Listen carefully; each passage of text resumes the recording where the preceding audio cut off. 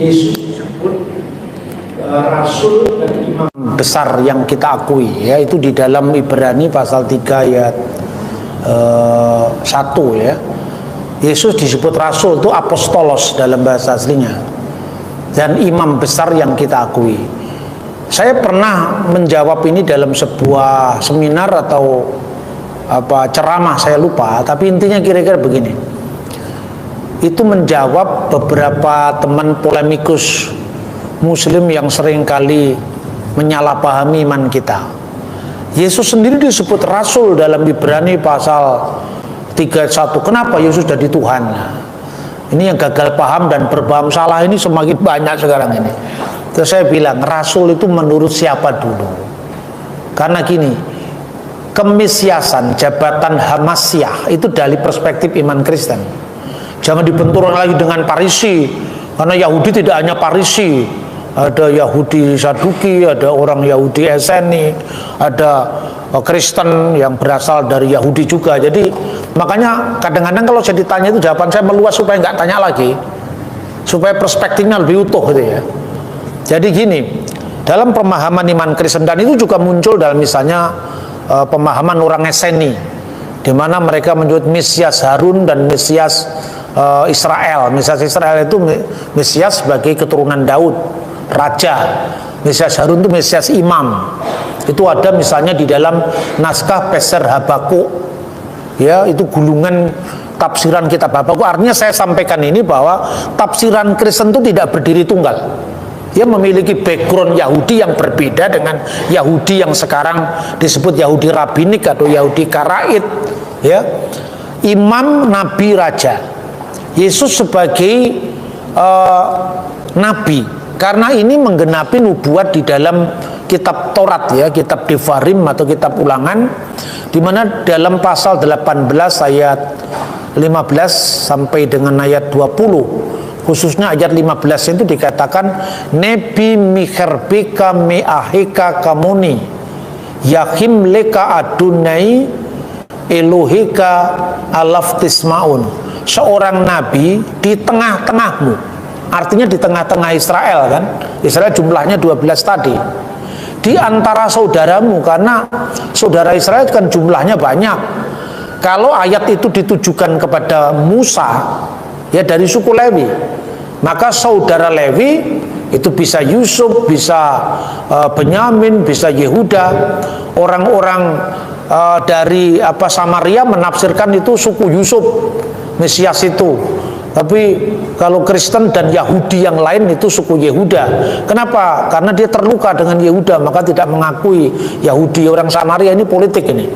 Lalu seorang nabi di tengah-tengahmu, di tengah-tengah Israel, di antara saudaramu, di antara 12 suku Israel. Tepat.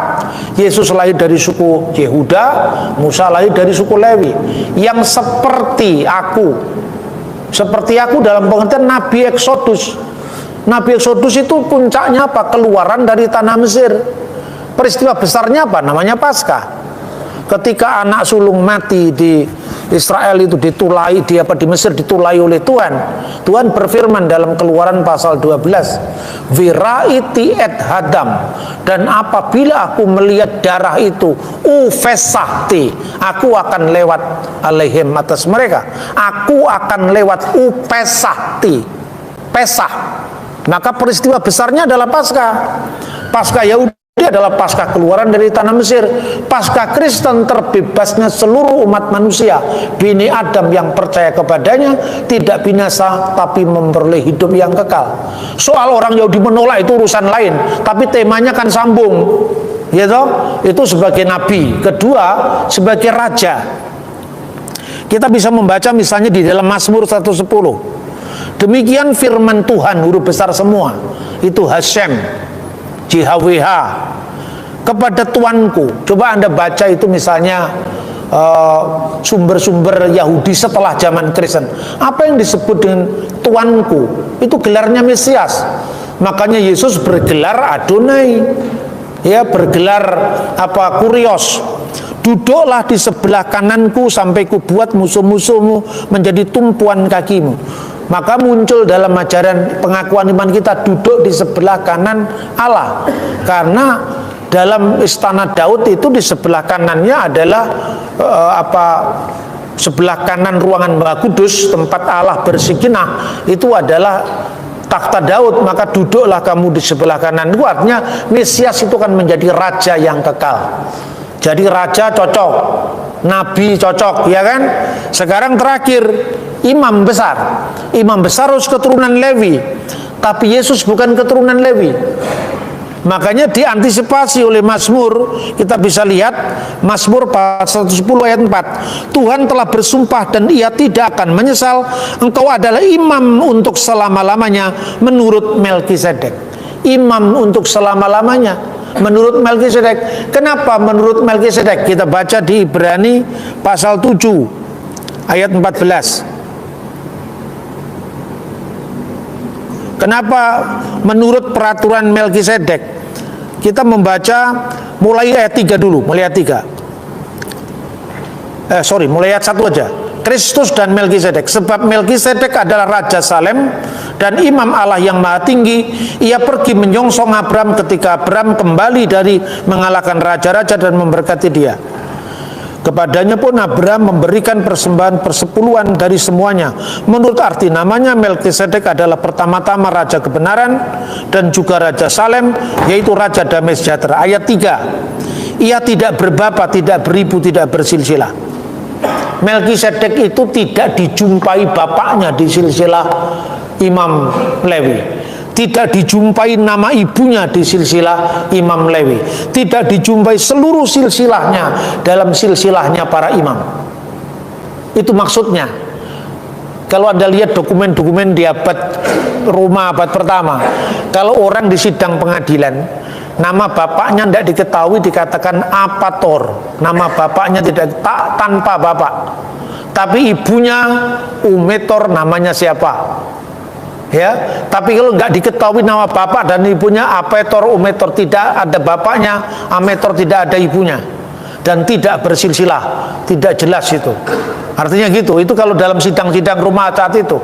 Jadi artinya ungkapan tidak berbapak, tidak beribu, tidak bersilsilah, Anda bisa membaca di terjemahan Alkitab bahasa Indonesia masa kini. Nama bapaknya tidak diketahui, nama ibunya tidak diketahui. Itu terjemahan berdasarkan makna teksnya. Kalau ini berdasarkan bentuk teksnya. Hidupnya tidak berkesudahan, karena itu dia dijadikan sama dengan anak Allah. Ia menjadi imam sampai selama-lamanya. Jadi karena Yesus bukan keturunan Lewi, sekalipun dari ibunya sebetulnya masih ada jalur Lewi, tapi jalur bapak itu yang menjadi jalur mesianik. Itu kemudian ayat 14 disebutkan, sebab telah diketahui semua orang bahwa Tuhan kita berasal dari suku Yehuda, dan mengenai suku itu Musa tidak pernah mengatakan suatu apapun tentang imam-imam. Makanya imamnya Yesus bukan atas dasar imamat darah, tapi dari imamat kekal. Maka imamat yang kekal disimbolkan dengan Melkisedek yang datang sebelum Imam Lewi. Anda bisa bandingkan, kalau ada orang keturunan keraton, itu namanya diketahui dari siapa, lewat serat kekancingan. Tapi kalau orang bukan keturunan keraton, darah biru, memang darah ada yang biru, itu, tapi dia orang biasa, tapi berjasa kepada keraton, dia bisa diberi gelar. Misalnya Raden, tapi ditambahi Ngabei. Ngabei itu bukan keturunan raja, tapi sak kabeh iso, kira-kira seperti itu, holistik. Jadi keimamatan Yesus itu adalah keimamatan Ngabei, keimamatan honoris causa, karena tidak didasarkan atas darah, tapi didasarkan atas pilihan khusus Allah. Karena itu imam besar itu menjadi wakil utusan kongregasi ketika memohonkan pengampunan dosa. Maka imam besar adalah Seliah. Seliah itulah yang diterjemahkan Rasul. Jadi Seliah ini adalah Seliah dari kongregasi Israel. Makanya perhatikan, berapa jumlahnya suku Israel? 12. Muridnya Yesus jumlahnya berapa? 12, karena ini Israel rohani. Tua-tua Israel jumlahnya 70. Di bawah 12 murid ada 70 murid. Dalam Lukas pasal 10. Maka Yesus punya struktur 12 murid, 70 murid, dan kemudian umat. seorang kepala sinagoga itu disebut Seliah Hasibur. Sementara para samasnya yang mau membantu itu namanya Seliah, Selikim. Nah, kata Selikim itu karena mewakili 12 pola suku Israel, maka ke-12 murid Yesus disebut rasul-rasul. Sementara kepalanya, Seliah Hasiburnya adalah rasul, segala rasul. Ibrani pasal 3 ayat 1. Itulah makna rasul dalam Ibrani pasal 3. Tidak ada hubungannya dengan agama Islam. Nabi adalah orang yang menerima wahyu Allah dan tidak wajib menyampaikannya kepada umat. Rasul seorang yang menyampaikan, menerima wahyu Allah dan wajib menyampaikan kepada umat. Jadi seorang rasul sudah pasti nabi, seorang nabi sudah pasti, seorang rasul sudah pasti nabi, tapi seorang nabi belum tentu rasul. Itu definisi kapan? Nah, ini munculnya abad pertama kok. Masa Anda mau mengukur hukum zaman Majapahit berdasarkan Undang-Undang Perkawinan nomor 1 tahun 1974, ya coba Anda lihat itu, orang yang sudah membayar mahar untuk istrinya, kemudian istrinya itu menolak berhubungan, melakukan tugas suci, berhubungan badan. Itu tindakannya melanggar hukum Majapahit, namanya amancal turon. Loh, ini betul, amancal turon. Kalau dia tidak melakukan tugas yang lain sebagai istri, ya, itu namanya amadal tukon, mengembalikan tukon. Coba Anda pahami berdasarkan undang-undang zaman sekarang, mana ada. Jadi karena tukon itu diterjemahkan mahar, maka ya nggak bisa seperti itu. Yaitu pertama soal problem terjemahan, kedua filosofinya, budayanya, teologinya berbeda. Jadi makanya saya bilang, hei kalian yang mantan-mantan agama seberang, move on, jangan lagi ngungkit-ngungkit yang masa lalu, biarlah masa lalu itu berlalu. Ya, sekarang song-song masa depan yang penuh harapan. Masa lalu itu biar saja, dilupakan saja itu. Gitu loh caranya, saudara-saudara. Itu kuncinya kerukunan. Tapi kalau memang itu diproduksi untuk mencari fulus, ya lain lagi. Anda tidak jadi Abdullah, tidak jadi Abdul Fulus. Anda menjadi hamba uang. Loh, ini benar, saya tuh tahu kok. Orang itu nyerang saya, motifnya apa saya tahu. Ini kira-kira ada yang bayar apa tidak saya tahu. Dan sumbernya yang bayar siapa saya juga tahu. Tapi saya pura-pura tidak tahu, kura-kura dalam perahu. Karena apa? Saya sengaja mendiamkan. Saya tidak mau ikut hingar-bingar dalam polemik di dunia maya itu, tidak. Karena itu namanya juga maya. Maya itu kan tidak nyata. Itu ibunya Siddhartha Gautama itu. Namanya Dewi Maya. Jadi yang maya-maya begini jangan dijadikan nyata. Sudahlah, lupakan yang lalu-lalu. Song-song masa depan yang penuh harapan. Itu saya kira.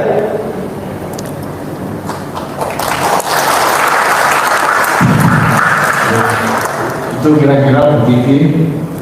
Pertanyaan berikutnya, silakan. Yang kedua.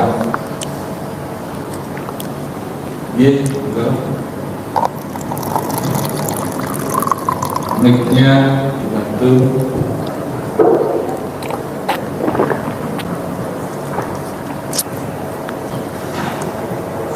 Ya, shalom, teman. Ya Pak, ini terkait untuk kenalkan ya. Ya, saya ada dari Kajibelium Pak. Bapak, ada beberapa pertanyaan yang ingin saya ketahui, mau pencerahannya nih Pak. Banyak yang saya dengar dari beberapa orang itu ada perbedaan kata antara Nasrani dengan Kristen. Lalu yang kedua, perbedaan Isa Al-Masih versus Al-Masih Isa versus Yesus, apakah ada perbedaannya? Dan yang ketiga, jika melakukan kebaikan, ini orang yang belum mengenal Tuhan Yesus ya Pak. Jika orang itu melakukan kebaikan, apakah dia akan menerima keselamatan atau tidak? Yang di luar Kristus. Dan yang keempat Pak, banyak ya Pak. Yang keempat, kehidupan menjadi Kristen itu setelah meninggal dunia itu kemana? Terima kasih Pak. Pertama, bedanya Nasrani dengan Kristen. Masih dengan Yesus. Yang ketiga, kalau belum kenal Yesus, apakah bisa selamat? Yang keempat, setelah kematian kita kemana? Ya, pertama, apa bedanya kata Nasrani dengan Kristen? Kedua-duanya dalam Alkitab. Misalnya kita baca di kitab Kisah Para Rasul ya, pasal 24. Kisah Para Rasul pasal 24 ayat 5. Telah nyata kepada kami bahwa orang ini adalah penyakit sampar, seorang yang menimbulkan kekacauan di antara semua orang Yahudi di seluruh dunia yang beradab, dan bahwa ia adalah seorang tokoh dari sekte orang Nasrani. Siapa yang disebut orang ini? Paulus. Jadi ketika Paulus disidangkan di depan Felix, dia dianggap sebagai salah satu dari pemimpin sekte orang Nasrani. Jadi nama Nasrani ini mula-mula muncul sebagai kelompok pengikut Yesus di Yerusalem. Lalu kita lihat lagi contoh. Sekarang Kisah Rasul pasal 11 ayat 26. Mereka tinggal bersama-sama dengan jemaat itu 1 tahun lamanya sambil mengajar banyak orang. Di Antiokialah murid-murid itu untuk pertama kali disebut Kristen. Jadi bahasa aslinya Kristianos, orang-orang Kristen. Artinya apa Kristen? Pengikut Yesus orang Nazaret. Pengikut Yesus yang adalah Kristus. Apa artinya Nasrani?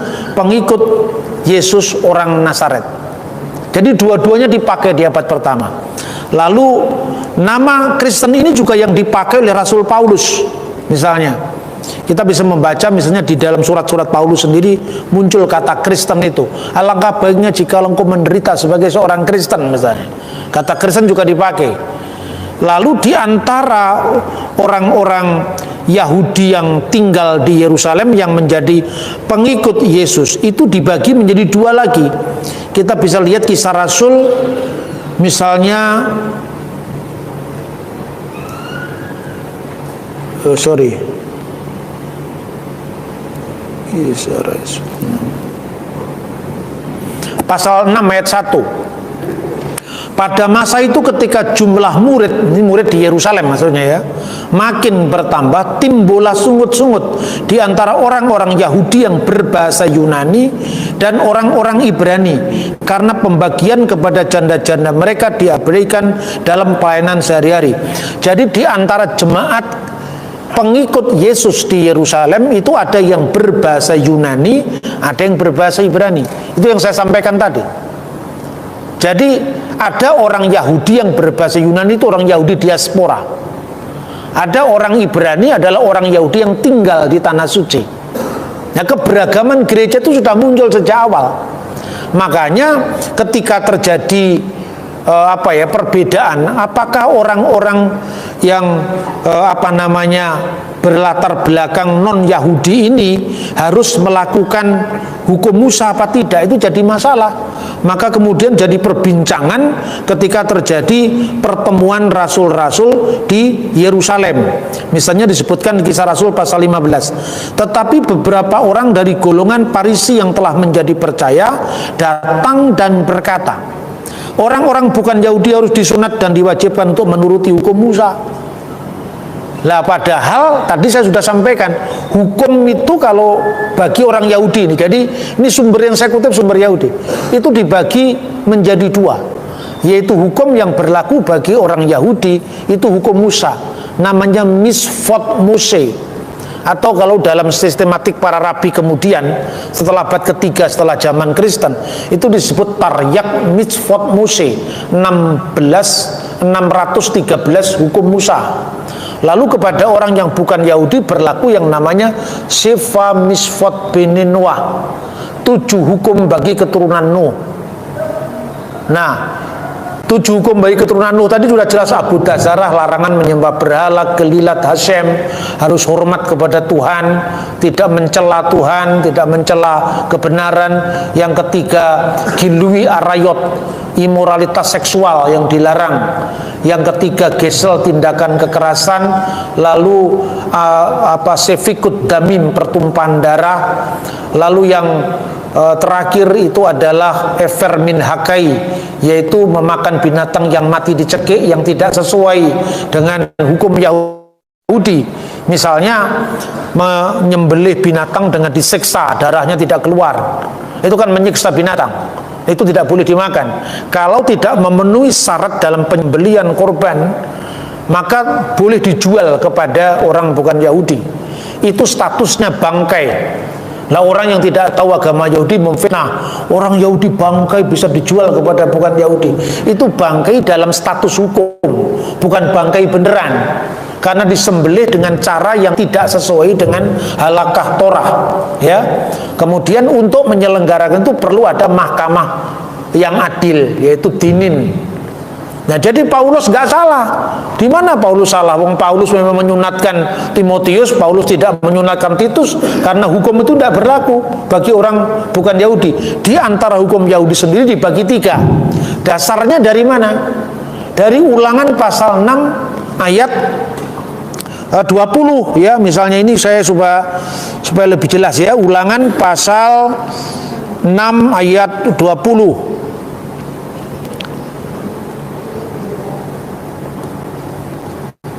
Kita bisa baca misalnya, ya, Ulangan pasal 6 ayat 20, ya. Mulai dari ayat 4 itu bicara tentang Shema Yisrael, Adonai Eloheinu, Adonai Echad, dan seterusnya. Kasihlah Tuhan, apa yang kuperintahkan kepadamu pada ini haruslah engkau perhatikan.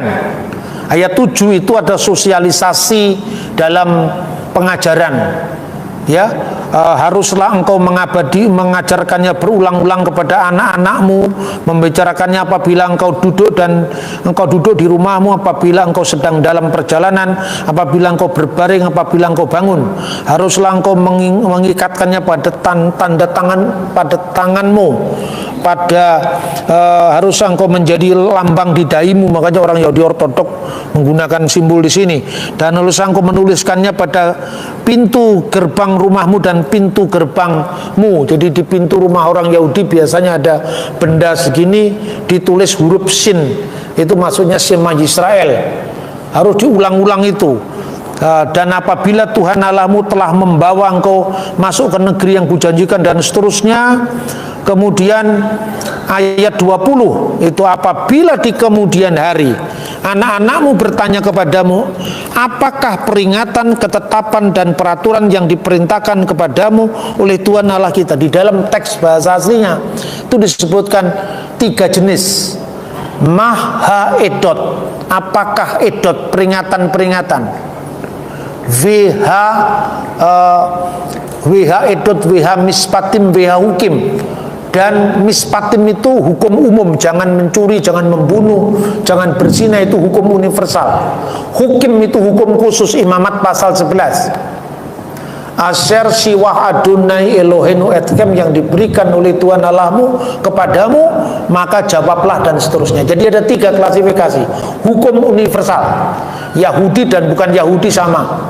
Jangankan Anda mengganggu anak sesama manusia, Anda mengganggu anaknya setannya marah. Artinya ini hukum universal.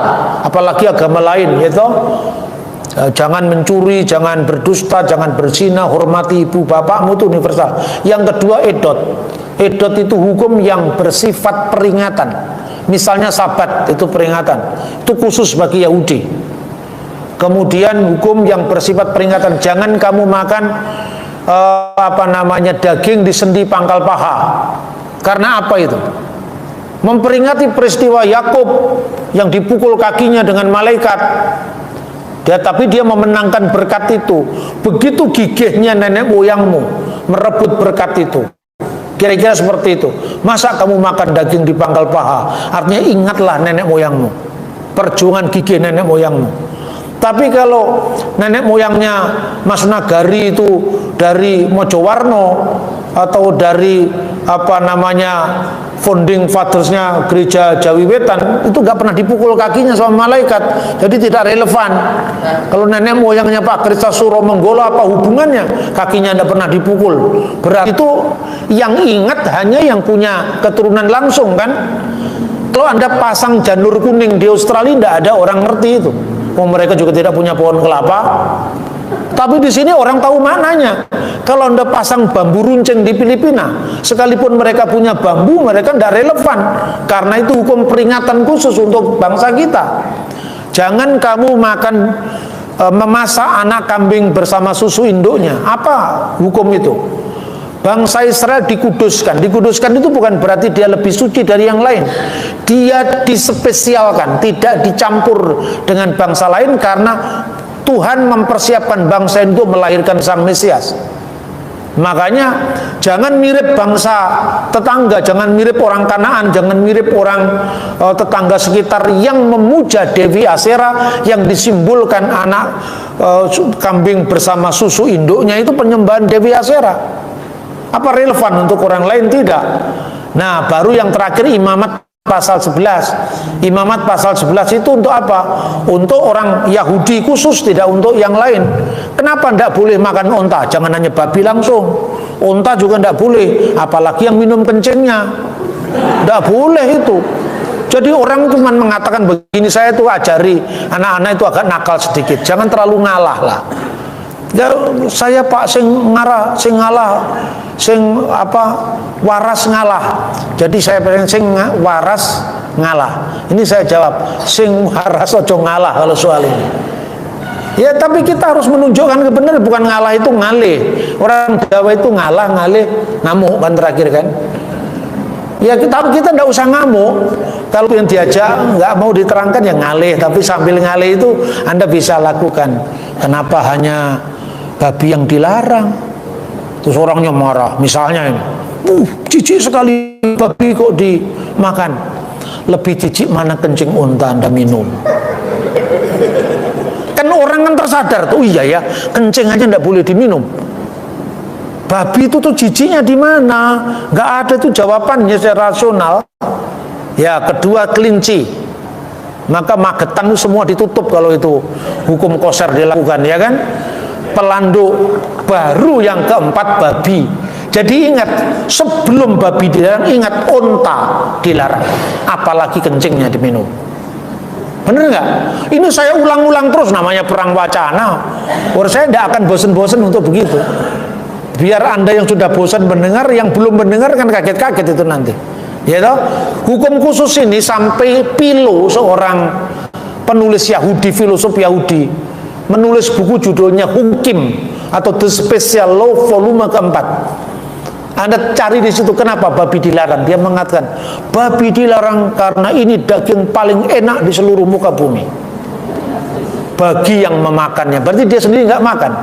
Bagi Philo, orang Yahudi tidak makan babi itu pilihan dan kehormatan. Nah, gitu loh. Tapi karena kita bukan Yahudi, kehormatan pula kita untuk setia pada nenek moyang kita, raja-raja Majapahit yang makanannya babi. Celeng tuh. Anda lihat itu di relip Karmawi Bangga di Candi Borobudur. Kalau Anda suka makan ayam itu makanan rakyat. Anda makan ikan, makanan rakyat. Makan gereh, ikan asin, makanan rakyat. Tapi kalau makan babi, makanan raja. Kalau Anda termasuk rakyat, silahkan makan gereh dan makan ikan. Tapi kalau Anda merasa keturunan raja, silahkan makan babi. Itu relip Karmawi Bangga yang kita banggakan dari Candi Borobudur. Benar apa tidak? Periksa sendiri, tulis relip Karmawi Bangga. Nanti yang muncul kan babi, tapi sapi tidak muncul. Kenapa sapi tidak muncul? Karena itu larangan bagi orang Hindu. Maka halal dan haram itu wilayah masing-masing. Itu kata Philo. Tapi ada yang mengatakan kepada saya, Pak, Bapak salah. Kenapa salah? Bapak baca di Kejadian. Waktu Nuh membuat bahtera, itu sudah ada klasifikasi halal haram, sudah ada. Terus saya bilang, itu sebetulnya kata halal haram itu bukan terminologi Kristen, itu terminologi Islam.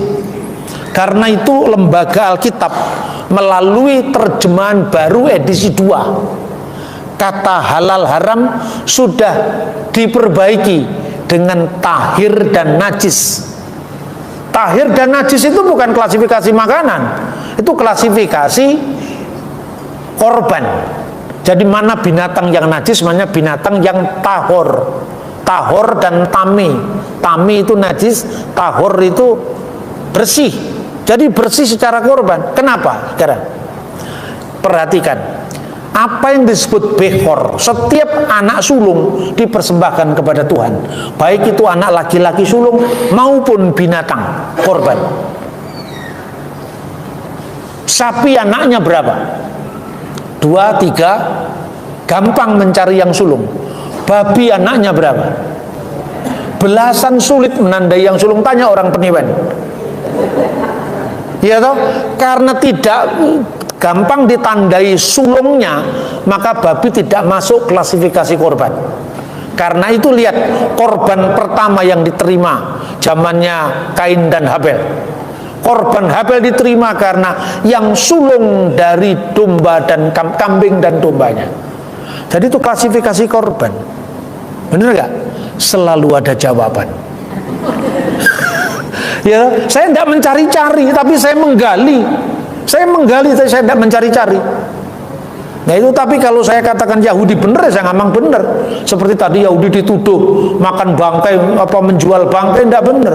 Itu adalah klasifikasi dari binatang yang disembelih tidak sesuai dengan halakah. Itu dilarang. Anda boleh mempersembahkan nggak hasil dari penjualan hal-hal yang tidak tahor? Boleh. Dalam Alkitab dikatakan, tapi dijual, hasil penjualannya dipotong sekian persen persembahkan boleh. Itu kan hukum ritual sebetulnya, jadi bukan hukum yang kekal. Nah, di Kisah Rasul tadi, di antara orang-orang Farisi yang menjadi percaya berarti orang Nasrani ini.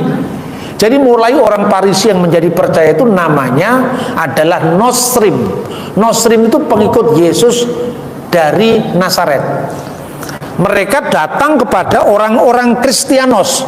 Kristianos itu orang Kristen yang di Antioquia. Kalau kamu tidak disunat dan melakukan hukum Musa, kamu tidak diselamatkan. Para rasul bersidang. Dan itu bukan putusannya Petrus, bukan putusannya Paulus, bukan putusannya Yakobus. Atas putusan Roh Kudus dan putusan kami. Itulah yang mendasari teologi konsili. Jadi jangan kalau membaca tulisan bahwa Bapak Gereja disalahkan, menurut Clement berbeda. Itu menurut Clement semua begitu. Konsili mengatakan A, ya semua A. Orang Protestan harus disiplin soal ini. Karena ini yang Protestan paling tidak bisa disiplin. Makanya setiap tahun gerejanya bertambah merek. Bener nggak? Ini harus kita belajar kembali ke gereja Katolik yang katolisitasnya dipertahankan. Gitu loh kira-kira saudara-saudara. Nah itu orang-orang Nasrani di abad pertama. Begitu perang Yahudi pertama yang tadi Rabbi Eliezer tadi, Rabbi Eliezer itu diceritakan dalam Mishnah, dia ini dituduh masuk Kristen. Itu ada dalam Mishnah, itu ada catatannya. Ketika dituduh masuk Kristen, Akiba menangisi dia muridnya. Rabi, kenapa engkau melakukan itu? Apakah ada ajaran sesat sebelummu? Lalu dia cerita, saya ketemu dengan seorang bernama Yakub. Dia orang pengikut Yesus dari Nazaret. Dia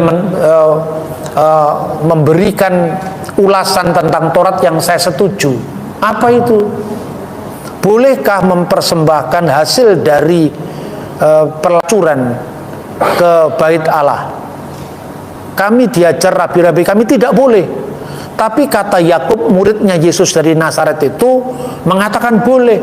Dasarnya dikutip dari kitab Mika.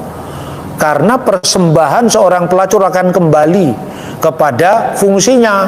Kira-kira kalau diterjemahkan bebas seperti kenapa? Karena persembahan seorang sundal ini dipersembahkan untuk membangun kamar mandi. Sementara kamar mandi itu adalah sesuatu yang tidak kosher dalam hukum Yahudi.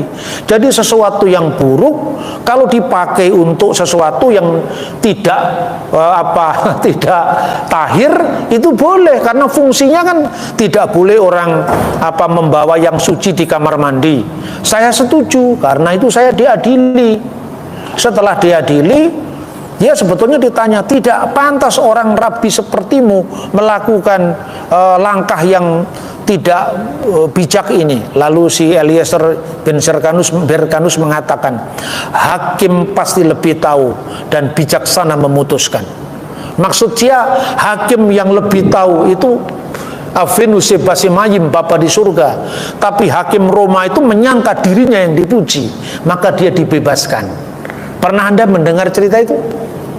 Makanya kalau belajar Yudaisme yang mendalam, jangan hanya belajar kulit-kulitnya.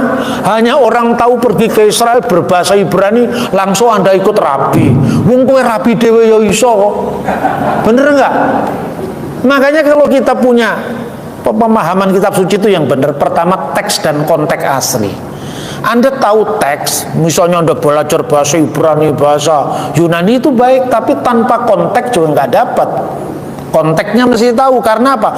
Seasli apapun teks ini, kalau itu berjarak ribuan tahun, mengandung anakronisme sejarah.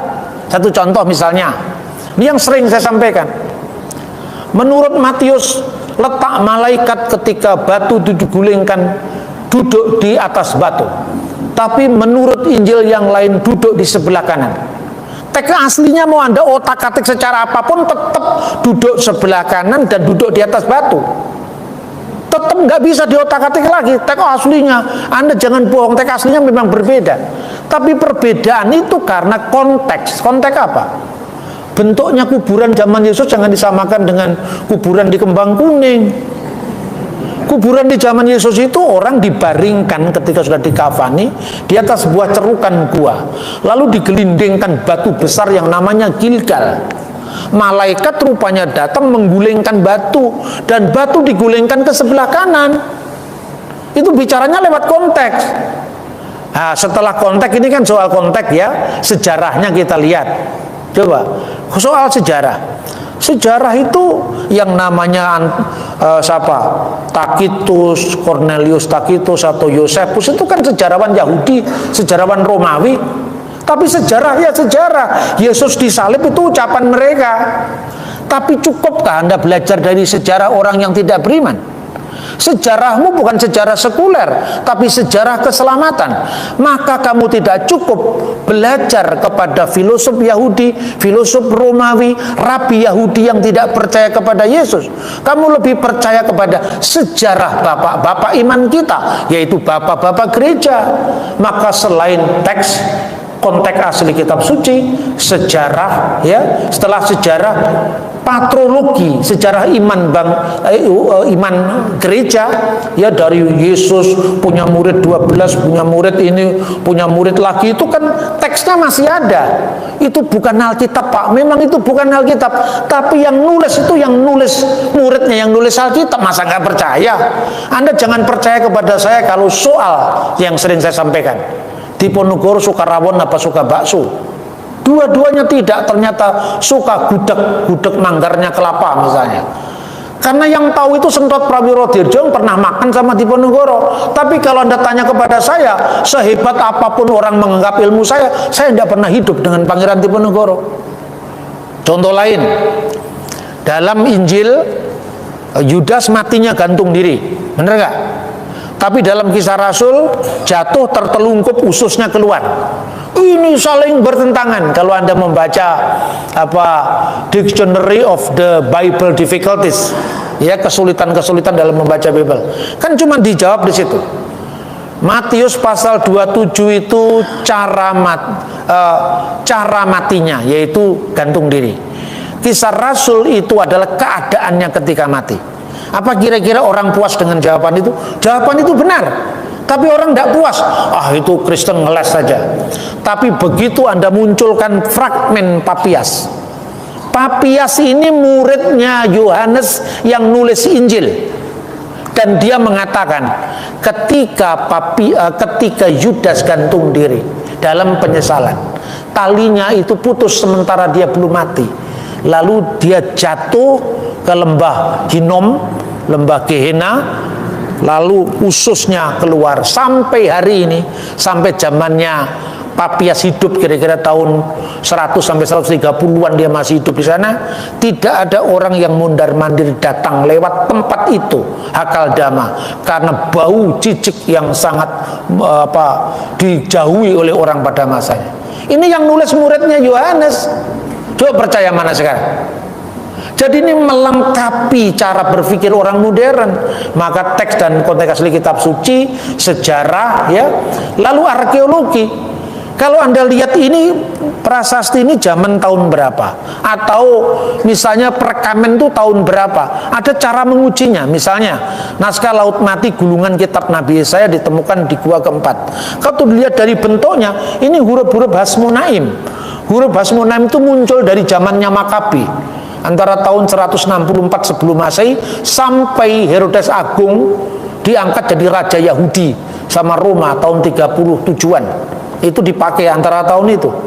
Ketika naskah yang lain ini berasal dari huruf Herodian, berarti setelah tahun 37 sebelum Masehi sampai abad pertama itu hurufnya.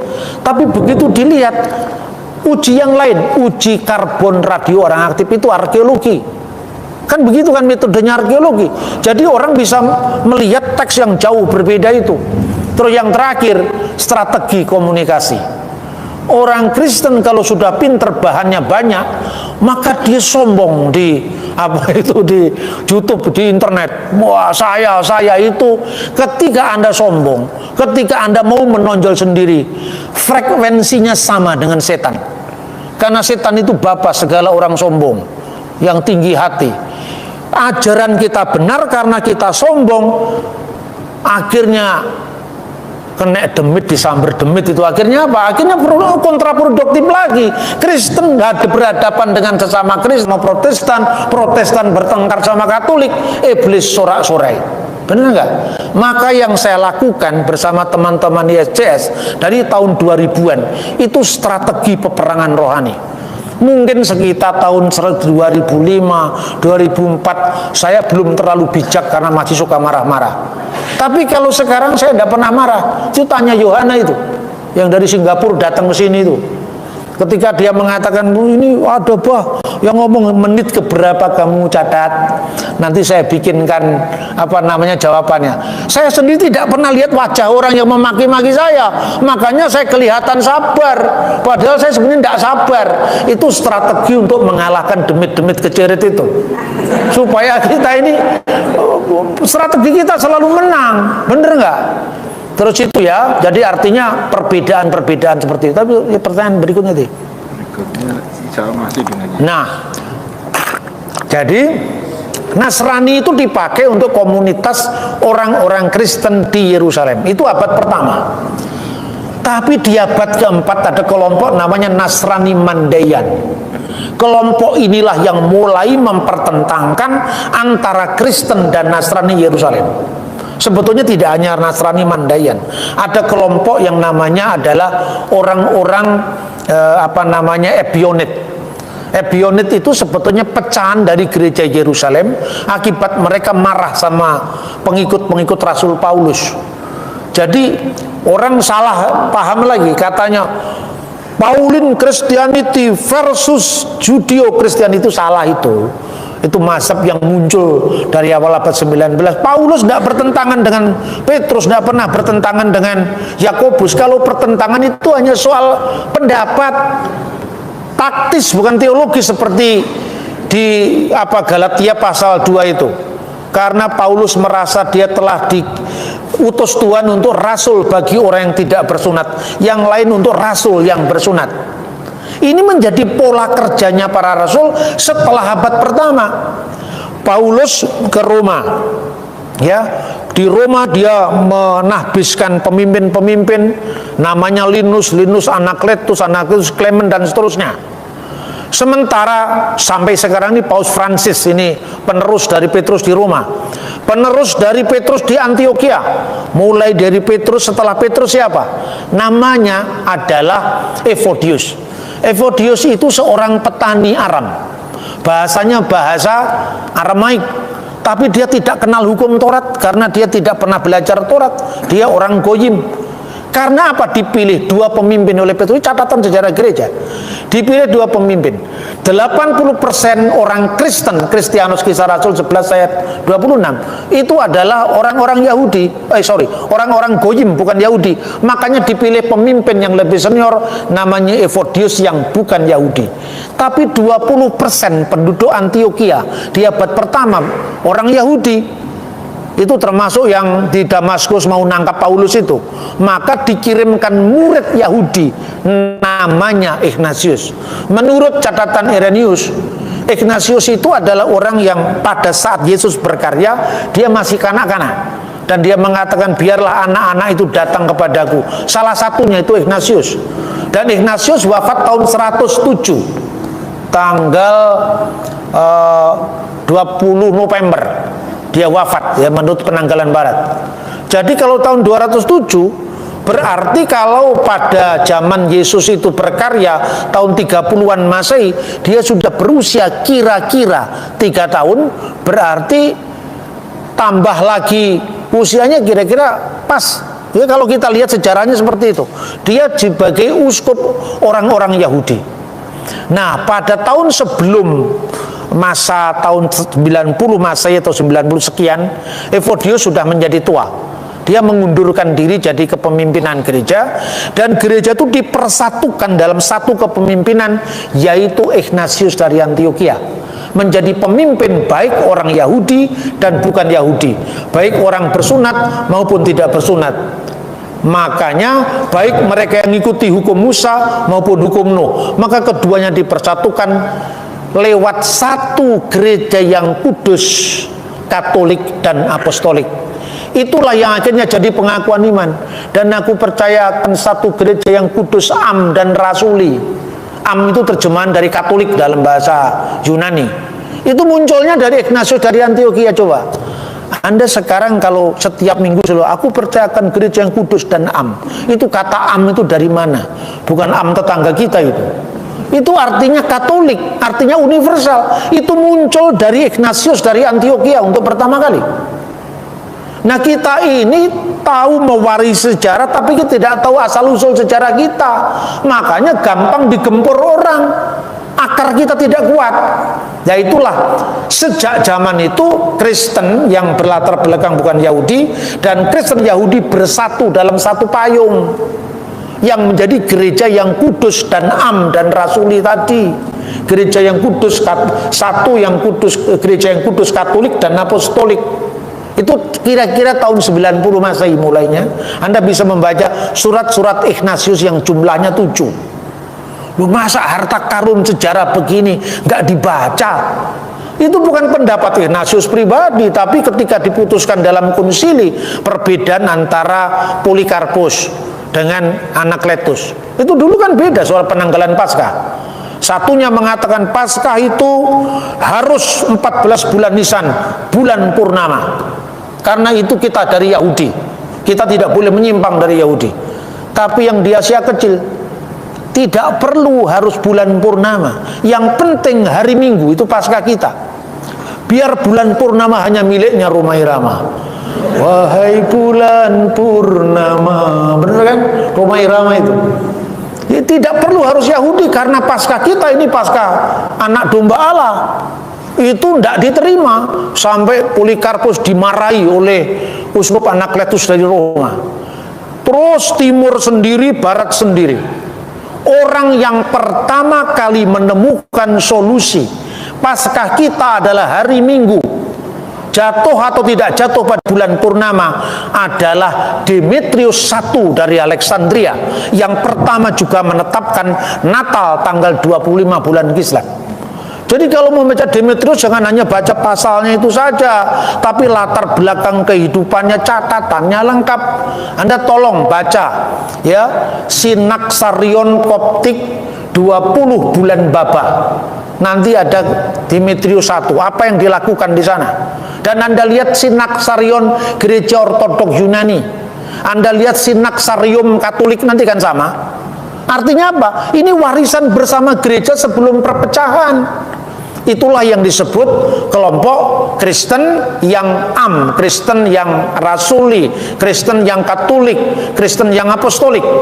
Nah, abad kedua, sejak tahun 135 setelah selesai perang Yahudi, orang-orang hijrah ke Pela tadi, Paulus sudah meninggal, rasul-rasul sudah meninggal, mulai mereka memanfaatkan nama rasul-rasul, ngarang-ngarang sendiri, dikasih judul Yohanes, ngarang buku dikasih judul Paulus, ngarang buku dikasih judul Injil Filipus. Itu setelah tahun 135 muncul kelompok Ebionit, dan kelompok Ebionit itu mengatakan, kami orang Nasrani, bukan Kristen. Nah, sejak satu Nasrani dipertentangkan dengan Kristen. Puncaknya di abad keempat itu namanya kelompok Nasrani Mandayan. Itulah yang mengatakan bahwa kami bukan Kristen tapi Nasrani. Rupanya sebagian besar orang-orang Nasrani itu ngumpulnya di tanah Arab. Dan ini sudah ditulis oleh Epifanius dari Salamis abad keempat. Ada dari kalangan orang-orang itu semua disebut Nasrani. Membawa kereta yang isinya bunga, dipasang patungnya Bunda Maria, lalu diberikan persembahan-persembahan, sebuah roti yang namanya kolirida. Makanya kemudian itulah yang dikritik Quran. Laqad kafara alladziina qalu innallaha salisu salasa. Kafirlah orang yang mengatakan bahwa Allah itu adalah ketiga dari yang ketiga. Lalu ketiga dari yang tiga itu menurut tafsir Al-Qasimi adalah kelompok Maryamiyun. Kelompok Maryamiyun itu adalah kelompok yang menyembah Maria sebagai dewi. Tapi kenyataannya gereja yang Katolik, gereja yang kudus, yang di seluruh dunia, baik Katolik, Ortodok, Protestan, tidak ada satupun yang menyembah Maria. Kalau orang Katolik dan Ortodok melakukan salam kepada Maria, itu sama dengan kalau orang gereja Protestan bersama malaikat di surga. Loh, kenapa kok bersama malaikat? Kita menyembah malaikat? Enggak, kita berdoa bersama malaikat. Begitu juga ketika orang yang melakukan salam Maria, itu kita berdoa bersama Bunda Maria. Kita tidak pernah mengatakan, Maria kabulkanlah doa kami, nggak pernah ada. Tapi Maria, Bunda Maria, doakanlah kami. Sama dengan Pak Pendeta, doakan saya mau ujian. Apa Pak Pendeta mengabulkan doa? Tidak. Tapi kan Bunda Maria sudah mati loh, nanti dulu. Ini kaitannya dengan yang terakhir toh. Yesus mengatakan, barang siapa percaya kepadaku, dia akan hidup sekalipun dia mati. Jadi kalau orang-orang Kristen mati kemudian tidak sadar seperti ajaran saksi Yehova, apa bedanya kita dengan yang di luar percaya kepada Tuhan? Maka orang yang mati dalam Kristus, mereka ke Firdaus. Firdaus itu apa namanya, suasana surgawi, tapi belum surga. Suasana surgawi. Makanya kalau orang Kristen di Timur Tengah wafat itu intikola ila amjadi samawat, telah berpulang ke kemuliaan surgawi. Belum surga, karena surga itu nanti setelah pengadilan akhir. Tapi dia dijamin keselamatannya di Firdaus. Lah mereka-mereka yang tukang penghujat, yang dosa, yang macam-macam itu ada di Tartaros. Tartaros itu adalah alam penantian bagi mereka yang menunggu penghakiman dan mereka sesat. Tapi bagi pengikut Kristus dijamin, kamu bersamaku dengan aku dalam Firdaus, seperti omongannya pada penjahat. Sesungguhnya aku berkata kepadamu, hari ini juga kamu akan bersama aku di dalam Firdaus. Ya, Isa Al-Masih atau Yesua Hamasyah itu soal bahasa. Makanya saya tanya, Isa itu kan sebetulnya fonetik koresponden. Fonetik koresponden itu bukan hukum bunyi, koresponden di pertukaran bunyi. Contohnya, orang Jawa bisa nggak ngomong huruf fa, ya, alfa, tadi alpa. Orang Sunda apalagi, Arifin, ya, tipi. Orang Dayak juga gitu, tapi orang Bali ngomong T dengan T nggak bisa. Toko-toko sepatu pada tutup hari Sabtu. toko-toko sepatu dikutup pada tutup hari Sabtu, bener nggak? Apakah itu kira-kira dosa? Memang lidah nggak bisa ini. Jadi bagi orang luar Ibrani kadang-kadang huruf yod itu dibaca dengan huruf alif atau hamzah atau ain. Makanya misalnya dalam Alkitab ya, Yerusalem menjadi Urusalim dalam bahasa Arab. Contoh lagi, Yesaya menjadi Isaya, Yermiyahu Irmia, ya, Yese menjadi Isai. Maka Yesua jadi Isoa, Iso dan Isa. Seperti Shalom menjadi Salam. Shin, ya, Lamed, Vav, Mim, Shalom. Kalau dalam bahasa Sin bukan Shin tapi Sin. Tulisannya bukan SH tapi S saja. Sin ringan. Sin, Lam, Alif, Mim. Shalom. Shalom alaikum, assalamu alaikum. Itu korespondensi bunyi. Seperti kata Shalom menjadi salam, maka kata Iso menjadi Isa. Seperti kata Yerusalem menjadi Urusalim, Yesayahu menjadi Isayahu atau Isaya, Yeremia jadi Irmia, maka Yesua menjadi Isoa menjadi Isa. O jadi A, itu seperti Shalom menjadi salam. Itu orang Cina, Feng Chu Yesu Tekmi, Yesu. Akhiran S tidak ada di situ. Itu juga nggak salah, itu korespondensi bunyi. Makanya jangan persoalkan teologinya, tapi persoalkan asal-usul bahasanya. Siapa yang tidak takjub dengan kata Khairil Anwar? Sekalipun Khairil Anwar seorang Islam yang tahu ayat wa ma qataluhu wa ma salabuhu walakin subihalahum. Tidak membunuhnya mereka, tidak menyalibnya, tapi yang disamarkan bagi mereka. Akhirnya ada teori penyerupaan, ya toh? Tapi Khairil Anwar menulis puisinya dengan sangat bagus, elok. Isa kepada Nasrani sejati, itu tubuh mengucur darah, roboh patah. Aku mengaca dalam darah, terbayang terang di mata masa. Akan bertukar ini segera. Itu tubuh mengucur darah, roboh patah. Kira-kira Isanya sama dengan Isa yang diproklamirkan oleh Zakir Naik apa? Enggak sama Khairil Anwar. Jadi kalau Anda enggak bersepakat dengan teologinya, Anda tidak boleh membenci orangnya.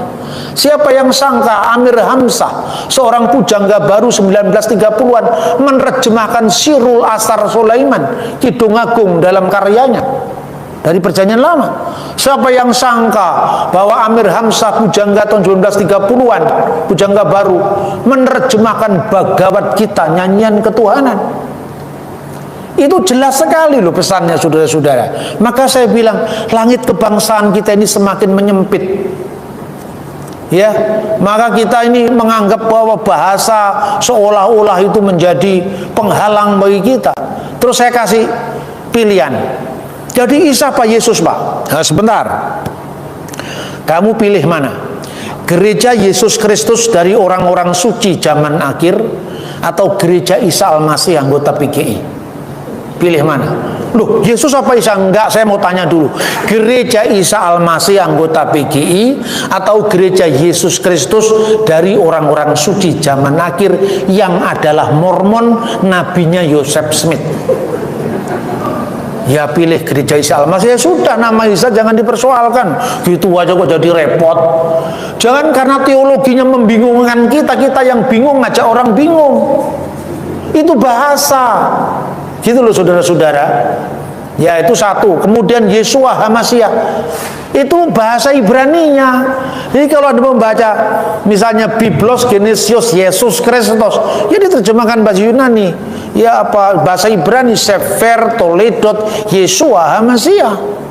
Orang Ibrani, orang Yahudi. Sekarang ini orang Yahudi di Yerusalem yang Kristen tidak mau disebut Nosrim. Kenapa? Karena Nosrim kan dikutuk oleh Konsili Yamnia.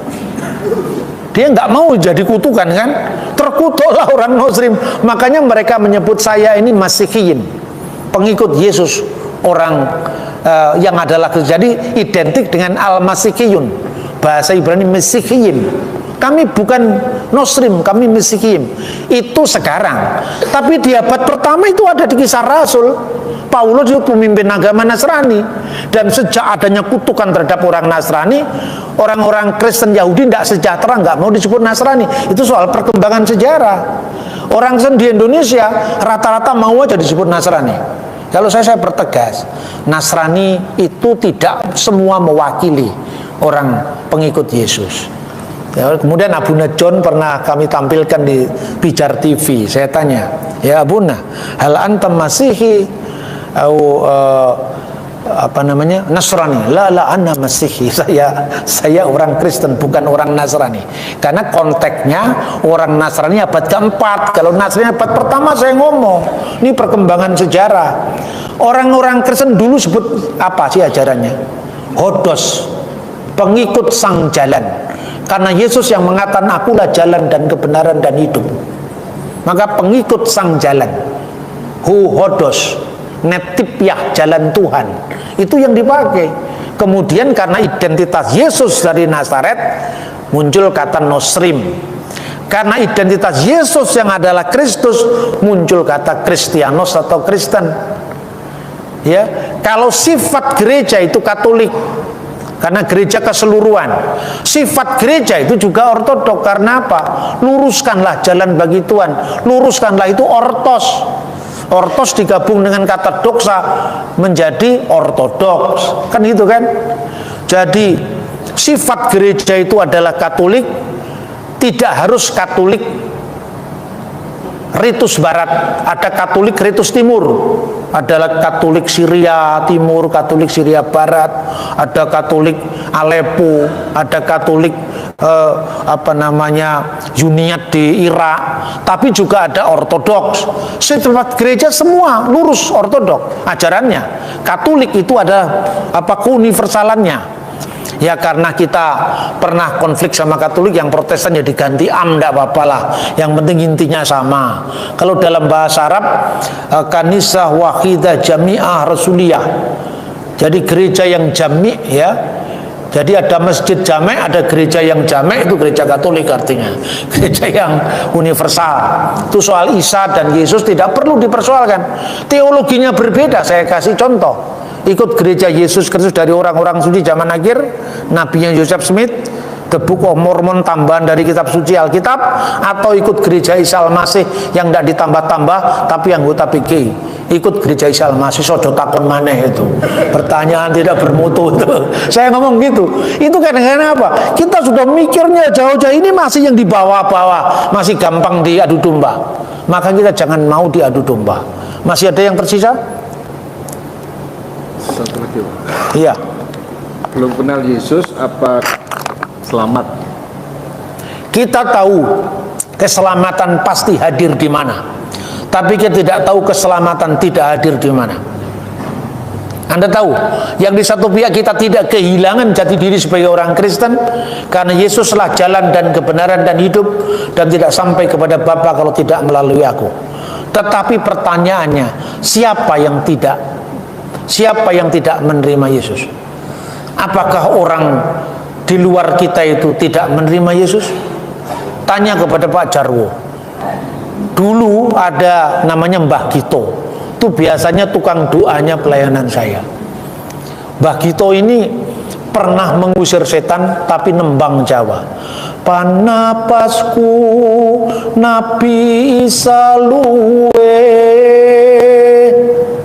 Nabi Dawud suaraning wang. Setannya lari. Karena setan Jawa itu tidak bisa diusir-usir. Dia penuh perasaan, ngalih dewe. Itu setan Jawa. Nah sekarang pertanyaan, ini mengusir setan atas nama Isa, kok lari? Karena setannya tahu kalau Mbah Gito imannya kepada Isa yang disalib, yang menebus dosa umat manusia, bukan Isa yang digantikan orang lain. Iya toh? Kira-kira seperti, jadi konsepnya, teologinya, bukan namanya. Karena nama itu kan perkembangan sejarah, ruang dan waktu, lidah yang berbeda.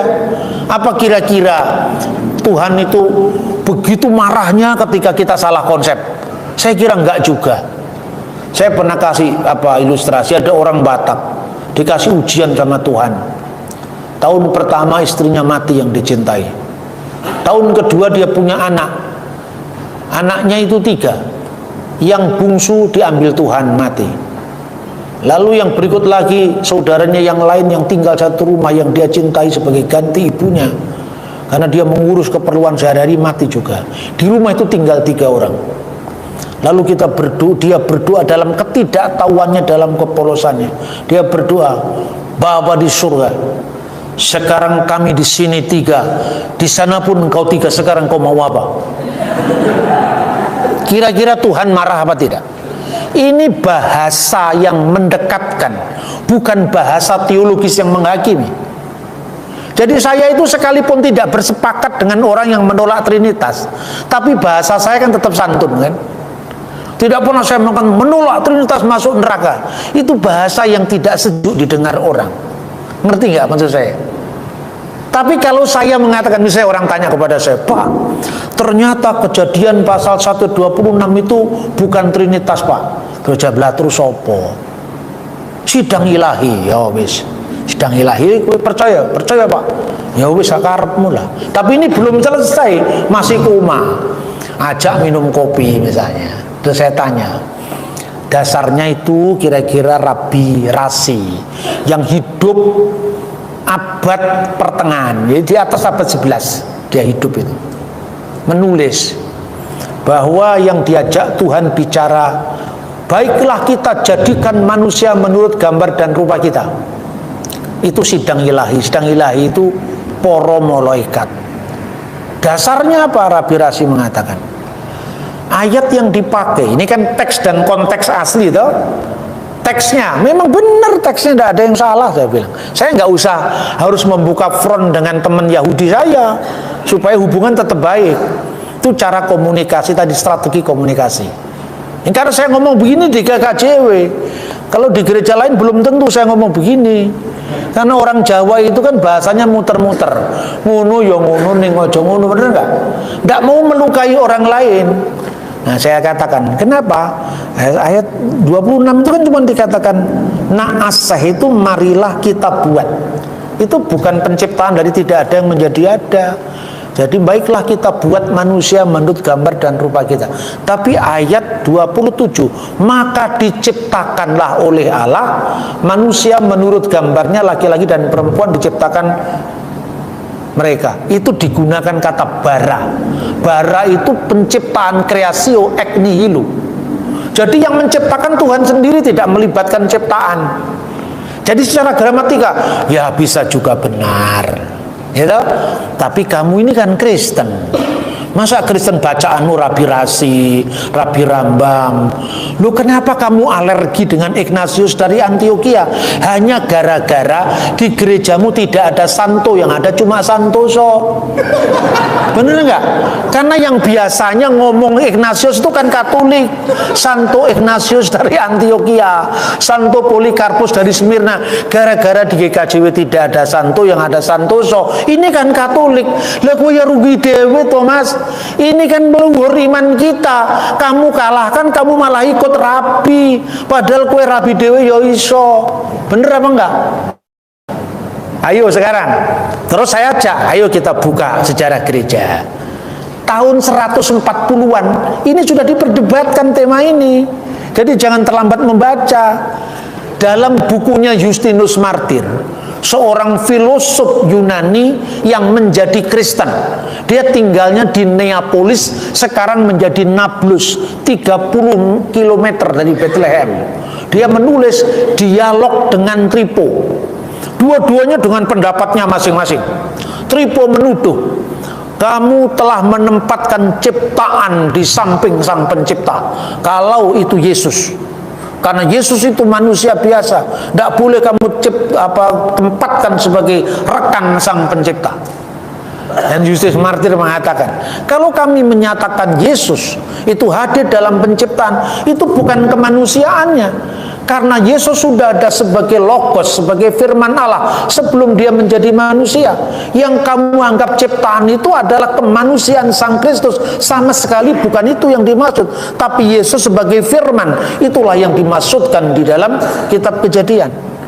Ganti saya mau bertanya, katanya Yustius Martir, kalau kamu mengatakan bahwa itu adalah sidang ilahi atau malaikat, berarti kamu menghina Allah, karena Allah membutuhkan bantuan ciptaannya untuk diajak mencipta.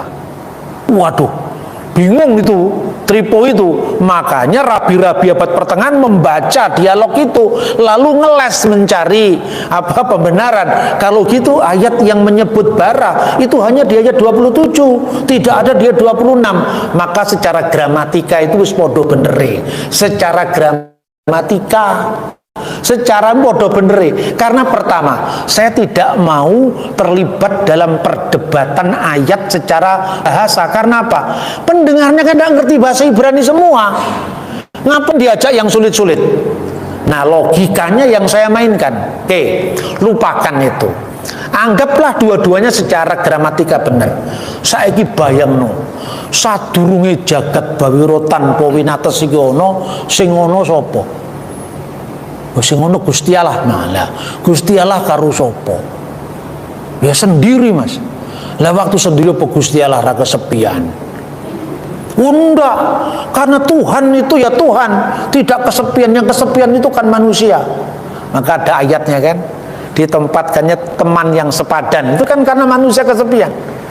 Kalau Tuhan tidak pernah kesepian, bayangkan sekarang, itu katakanlah tafsir itu benar.